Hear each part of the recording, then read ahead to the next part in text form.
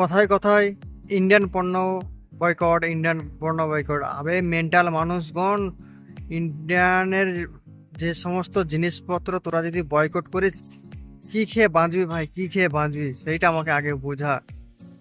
Indian Sprite, Mirchi, পেঁয়াজ, আলু, পটল, যাবতীয় শাক সবজি থেকে সমস্ত রকম জিনিস ইন্ডিয়া থেকে বাংলাদেশে যায় বলে বাংলাদেশের মানুষরা খেয়ে দুমুঠো দুবেলা বেঁচে থাকে।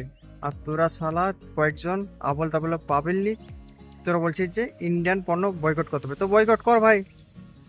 ইন্ডিয়ান তো অলরেডি সবকিছু রপ্তানি করা কমিয়ে দিয়েছে, বাংলাদেশকে কমিয়ে দিয়েছে। এখন পেঁয়াজের মূল্য কত ভাই? 60 টাকা থেকে 150 টাকা হয়ে গেছে। আর লঙ্কা 300 টাকা পাই, 300 টাকা।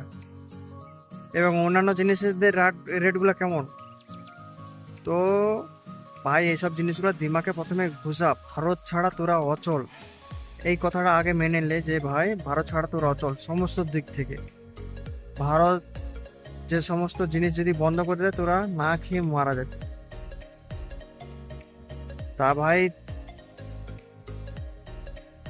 1 বছর বা 10 বছর কেন, 20 বছর কেন, 500 বছর হলেও তোরা, তোদের দ্বারা কিচ্ছু হবে না। ওই ভারতের উপরে নির্ভরশীল হয়ে থাকতে হবে। আর বলছে যে ইলিশ মাছ বয়কট করে দিয়েছে। আরে ভাই বয়কটের ছাড়, ইলিশ মাছের আমাদের দরকারও নেই। আমাদের কাছে আরো অনেক জাতি, অনেক রকম মাছের অনেক রকম ভাগ রয়েছে। আমাদের ইন্ডিয়াতেও পাওয়া যায় ইলিশ মাছ, দীঘাতে। ঠিক আছে, আমাদেরও সমুদ্র সৈকত আছে, আমরাও ইলিশ মাছটা ধরে আমরাও খাই শুধু। ঠিক আছে, তো আমাদেরকে ইলিশ মাছের এত ভয় দেখে, এত দেখে লাভ নেই। তোরা ভাবছে তোরা কি ভাবে এবার খেয়ে বাঁচবি। যে সমস্ত জিনিসের মূল্য ছিল 40 টাকা, 50 টাকা, 60 টাকা, সেগুলো এখন প্রায় 150, 200, 250, 300 এরকম হচ্ছে। হুম। তো ইলিশ মাছ আমরা খাবো না ভাই, তার পরিবর্তে আমরা মটন খাবো, চিংড়া খাবো, আরো অনেক কিছু খাবো। তোরা কি খাবি দেখ। হুম। মেন্টালিটিটা একটু ই করে শান্ত মাথায় ভাব যে ভারত ছাড়া তোরা অচল। ভারত তোদের পাশে যদি না দাঁড়ায়, তোরা কখনো কখনো সাকসেসফুল পাবি না ভাই। ঠিক আছে। আর বলছো যে আমরা আহ ইন্ডিয়ান ব্যান্ড ব্যান্ড করে আমরা দেখাতে যাচ্ছি দেশ মুক্তি ভাব, এই ভাব। তারপরে আবার ওই ছাত্র সমাজ এসে কি করছে? 150, 200 টাকার যে সমস্ত পণ্য সেগুলো কমাচ্ছে। কত কমাচ্ছে? 25, 30 টাকা কমাচ্ছে, হাইলি 50 টাকা কমাচ্ছে। তার বেশি তো আর কমাতে পারবে না। তো সেক্ষেত্রে একটু ভাই, যে সমস্ত মেন্টালিটি ভাইরা ভিডিও বানাচ্ছে বা ই করছে যে আমরা ইন্ডিয়ান সমস্ত জিনিস বয়কট করে দেবো, তোমরা কেউ কিনবে না, বাঙালিবাসী বাংলাদেশের আহ, বন্ধুগণরা তো না কিন ভাই, আমাদের কোনো ফারাক পড়ে না। আমরা অন্য দেশে যাবে আমাদের প্রোডাক্ট। ঠিক আছে। আর ভাও না, ভারত ছাড়া তোরা কেন চল বলছি? ভারতের সবচেয়ে সস্তা চিকিৎসা হয়।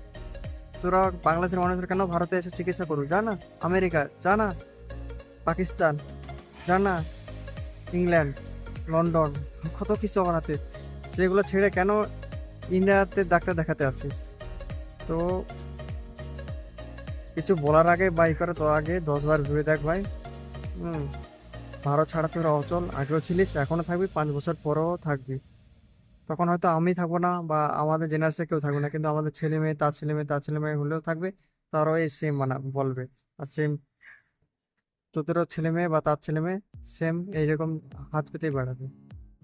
রক্তর গরম বা পকেট ভর্তি এখন পয়সা আছে, তো যার জন্য বলে বেড়াচ্ছি যে ভারতের জিনিস তোদের প্রয়োজন নেই ভাই। একদিন না একদিন হলেও প্রয়োজন হবে ভারতকে, তোদেরকে।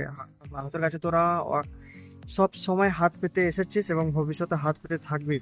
হুম। আর আজকে কিছু একটু মাথা তুলে দাঁড়িয়ে গেছিস বলে যে ভাবছিস যে আমরা বড় দেশ হয়ে গেছি, বা আমরা আমাদের মতো শক্তিশালী দেশ আর কিছু নেই, আমরা আমাদের দেশের সমস্ত কিছু ফুলিয়ে ফেলবো, বা এগুলো ভুল ধারণা। হ্যাঁ।